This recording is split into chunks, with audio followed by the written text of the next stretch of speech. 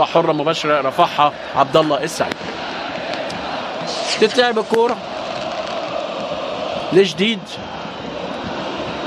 عبد الله السعيد لربيعه.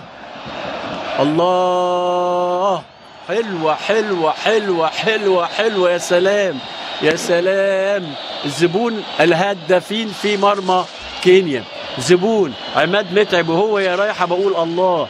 عماد متعب شفتوا بقى الدهن في العتائي، وهو مش عتائي ولا حاجه، انما السهل ممتنع. شفتوا لما مرروا لعماد، الراجل بص كده وتذكر ايام الخوالي، وفي الدقيقه 38 من زمن الشوط الاول يحط عماد متعب هدف جميل يدرس ازاي تركن الكوره وازاي تبص للجون كده وتقول له هحطها لك منين يا اولوتشي، وحطها له فيها لولبه وواو وهيه وخا وكله، وعشان بصوا يا سلام ركنها ولا تقدر تمسكها.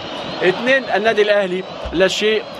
تذكر الكيني، وهدف جميل اهو لعماد متعب في الدقيقه 38. يبقى عبد الظاهر هدف، وعماد متعب 5 هدف ليه في انديه الكينيه.